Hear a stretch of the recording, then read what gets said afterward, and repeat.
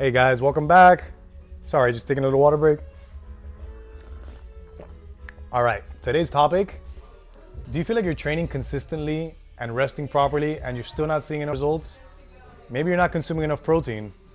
If you suspect that you're not meeting your protein requirements or goals, you're gonna want to stick around and hear this. Whoa! Ooh, that was dangerous, but that would have been good though of you. So you hear about this all the time. Why is protein so important? I mean, unless you've been living under a rock, you've probably heard fitness influencers raving about protein, and I feel like it's become even more prevalent in the culture in the last year. Like everybody's talking about protein and protein needs and why it's so important. We can all agree that it's definitely the most important macronutrient of all the macronutrients when it comes to physique and just fitness in general. Yeah, it's definitely not as easy to consume as carbs either. So I feel like people are definitely devoid of their protein needs. I think for most people too, unless you're like in the industry or you've been doing this for a while, you may be shocked by the amount that is recommended for people who weight train specifically. And that's why I feel like a lot of people aren't meeting their requirements. So we'll tell our viewers exactly how much they need or they should be getting and see if, when they look at their own diets if they're getting there or not. You will be shocked at how much protein you're not eating. So first of all, people that don't eat enough protein, they're not satiated after their meal. Eat a plate that's all carbs, you're gonna find yourself hungry in about an hour. If you eat more protein or protein-dense foods, it tends to carry you out throughout the day. If you have a nice protein-filled breakfast, it'll hold you off till lunch. If you eat like a sugary cereal that we always talk about here, your odds are gonna be hungry again within the hour. Yeah, so it definitely helps with satiety and it helps with appetite control. Yep. Especially for weight loss and when you're cutting or when you're restricting calories. Yeah. Talking about the weight loss, if you're trying to lose weight, but you're not eating enough protein, you might be losing muscle too. So if you're eating protein, you maintain that muscle or build muscle while also losing the fat. Yeah, let's put a pin on that because you will be losing muscle. There's no such thing as if somebody tries to sell you that when you're cutting weight, you're only losing fat, like you're only losing the stuff you want to lose. That's not necessarily true. When The you salesman. lose weight, you lose pretty much, you can lose lean mass too. So the only way to try to preserve that, there's two ways. One is strength training and the other is consuming enough protein. So you gotta make sure you're doing that. Yep. And why is it important to maintain muscle mass as you're cutting weight? So more muscle means burning more calories at rest. And that's basically all we're trying to do. That's one of the big benefits of strength training is that you're building that muscle, and that muscle over time is going to help you burn the fat if that's what you're seeking. Now, if you're talking about muscle building. Yeah, for those who want to build muscle, protein basically breaks down into amino acids, which are the building blocks of muscle. And consuming protein helps trigger your body's muscle protein synthesis, which is a fancy sounding word, but it's just the process of rebuilding. Basically, that's how you create tissue, create muscle. So protein, like I said, most important macronutrient, directly triggers that and gets your body going to start that building process. The other thing that protein does is it triggers the hormones that are responsible for growth or anabolism, like insulin, like growth factor, testosterone, growth hormone. So again, it's just a cascade of things that'll aid with that muscle building. Yeah, it all sounds like it's the number one building block of muscle building, of strength training. Yeah, there's a reason why you see bodybuilders with a protein shake pretty much all the time, and they're eating protein incessantly, and you understand how important that is for you. So we scoured the web and we sent our best sleuths out there to find the most frequently asked questions about protein, and this is what we came up with. Yeah, so the odds are you guys are going to be having these questions, so let us know this is helpful. So starting with, how much protein do you actually need? Now, a very important thing to mention on that is there's something called the RDA, which is like the agreed upon minimum requirement for each macro. So like what a dietitian will tell you what they learn in school. A dietitian will also tell you that it's laughably low. It's like 0.8 grams per kilogram of body weight, which is basically something like to keep you functioning if you're like laying in a bed or extremely sedentary. Yeah. In other words, for somebody who's physically active and lifting weights especially, it's laughably low. Like I hope that you're getting a little bit more than that. And we're gonna simplify this, like 0.8 grams, whatever. I know that's, it sounds like gibberish. No. But we're gonna give you some real figures. So the recommended intake for somebody who's physically active and especially strength training is more like 1.2 on the low side, all the way up to 2 grams per kilogram of body weight. Now, you're probably asking, what the hell is a kilogram? I'm American, So I love that. Keep that in there. Keeping it in there. Convert pounds to kilograms, which would be dividing by 2.2 right? Be dividing your weight in pounds by 2.2, and then you get the kilograms. If you're lighter of your already. weight, right? Now, I've found another easy way to just do it, which you don't have to convert anything, and then you're using your actual weight. So let's say I weigh 175. Just multiply Thin that. boy. What? So let's say you weigh 175 pounds like me. Just multiply it that 0.8, and you get just about like 1.6, 1.7 grams per kilogram of body weight. Is this all too confusing? Am I throwing a lot of numbers around? Okay, So here's what we're gonna do. We're gonna put a nice calculator at the bottom of the link, and you can put your numbers in there, and it'll tell you how much protein you need to eat. yeah, can we do that? Yeah, we could do that. And the easy way to do it is just take your weight and multiply times 0.8, and you'll get a rough estimate. So just as an example, I weigh 175 pounds. My protein needs are around 125 to 150. Some bodybuilders will even say like you should be getting 175 grams of protein, but that is a lot. It's a lot. It's a little bit on the high end, and I just don't think it's realistic for most people, and or necessary. And you're gonna force it. That's what I find when I'm eating that much protein. It's like it's forced. Like I'm not hungry anymore. Yeah. How many grams do you eat per day? Another frequently asked question is, what are the best sources of protein? Chicken, lean turkey, eggs, dairy. Greek yogurt is a good one. Cottage Lentils, beans, cottage cheese. I love beans. cheese. I love these. I like turtle. I could eat beans all day. Now, What's your favorite bean? my favorite bean? That's a very tough question because we grew up on beans, as you know. I'll tell you what, it's not black beans. Mine either.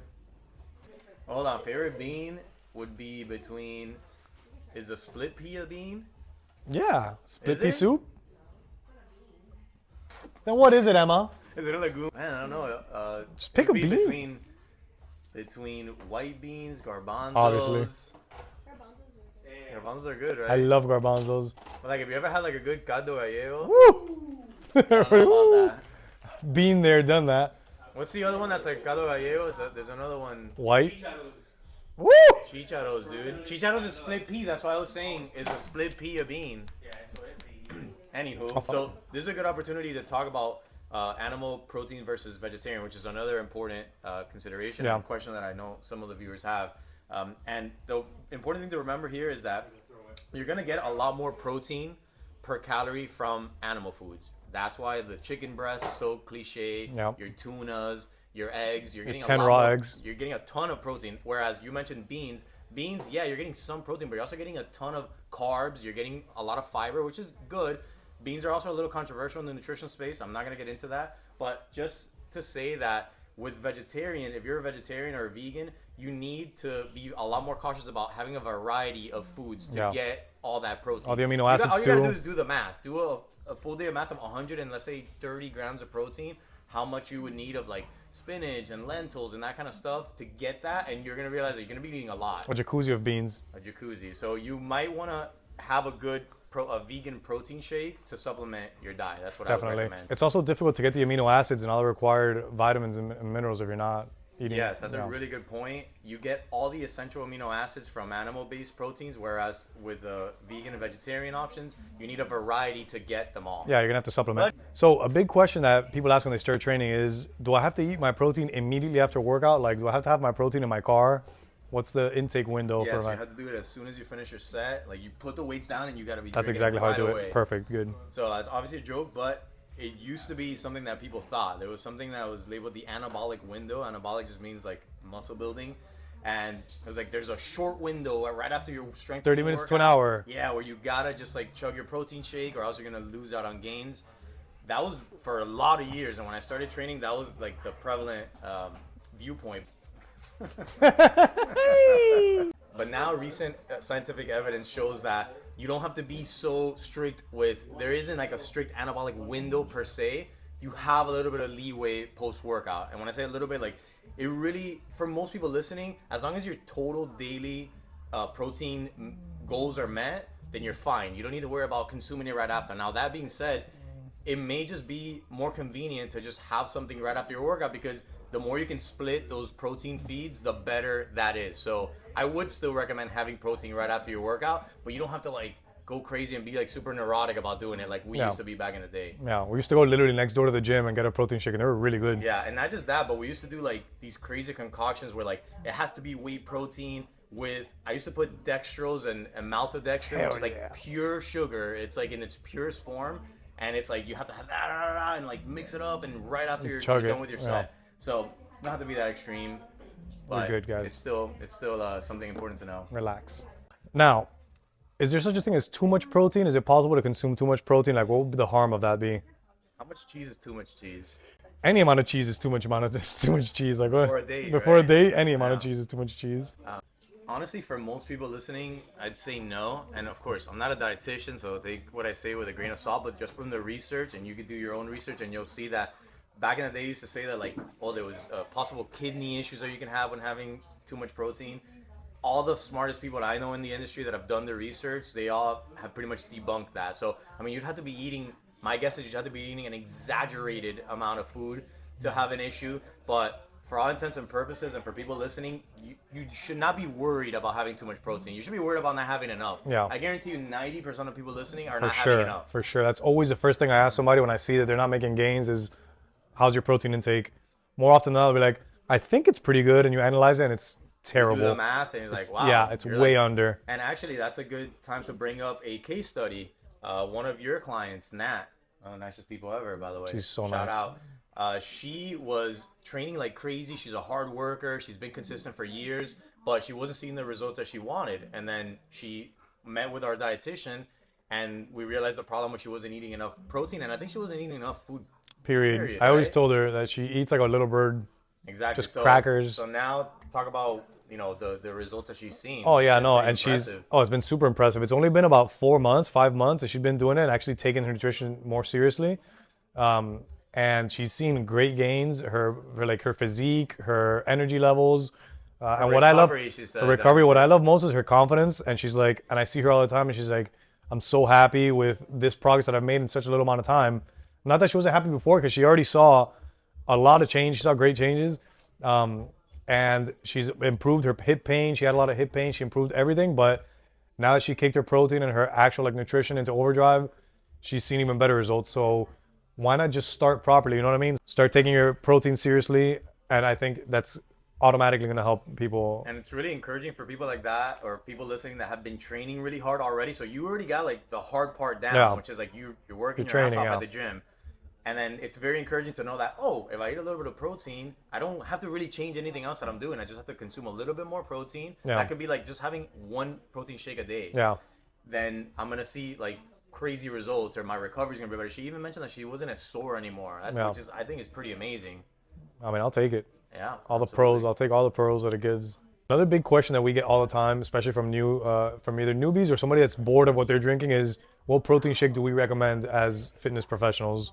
Do you have any favorite ones that you like, or? I do, but I just want to preface by saying that's a rabbit hole. So when I used to think that there were like cleaner ones than others, and I'm sure there are. And nowadays even more. So I didn't interrupt, but nowadays even more. It's like, good luck. You go online, best protein shake. Good luck. You're gonna. Yeah, there's a lot of biases out there in the way those lists are made, and when you really dig into the ingredients, it's very hard to, because they're not FDA approved, right? So. You could put a proprietary blend in your whey protein shake, and God knows what's in there. But that being said, like, just get a whey protein. Any whey is the best, that's for sure. Yeah. So yeah, whey protein is just the one that's been linked to, like, when it comes to preserving muscle and building muscle, whey protein's the best. We have a partnership with Thorne, full disclosure, and the reason for that is because Thorne makes some of the higher quality supplements in the market. So we have a BeFit partnership with them, and then you can go on our website. We'll link it to the description here, and then you can just check out the one that we like. Two flavors. It's pretty simple. Chocolate and vanilla. People are probably wondering, do I need a protein shake? And the answer is simple. Are you consuming enough protein without the shake? No. Like we said, most likely no. Like, for example, for myself, even with my protein shake that I drink in the morning after my workout, I'm still kind of cutting it close. So in my eyes, I need a shake just to get to my protein requirements. And additionally, there's nothing that you can eat that has as little calories as a whey protein shake mixed with water, which is what I do. Just mix it with water. There's like barely any calories, but I'm getting my Pure 30 protein. grams of protein. There's just nothing you can eat. Good luck. Yeah, there's Good just nothing luck you can eat finding like that. So, Yeah. because you also have to be careful with, oh, I'm eating more protein now, but I'm also eating a lot more calories, Yep. especially if you're eating like fatty meats or something like that. So just a Yep. little reminder. Yep.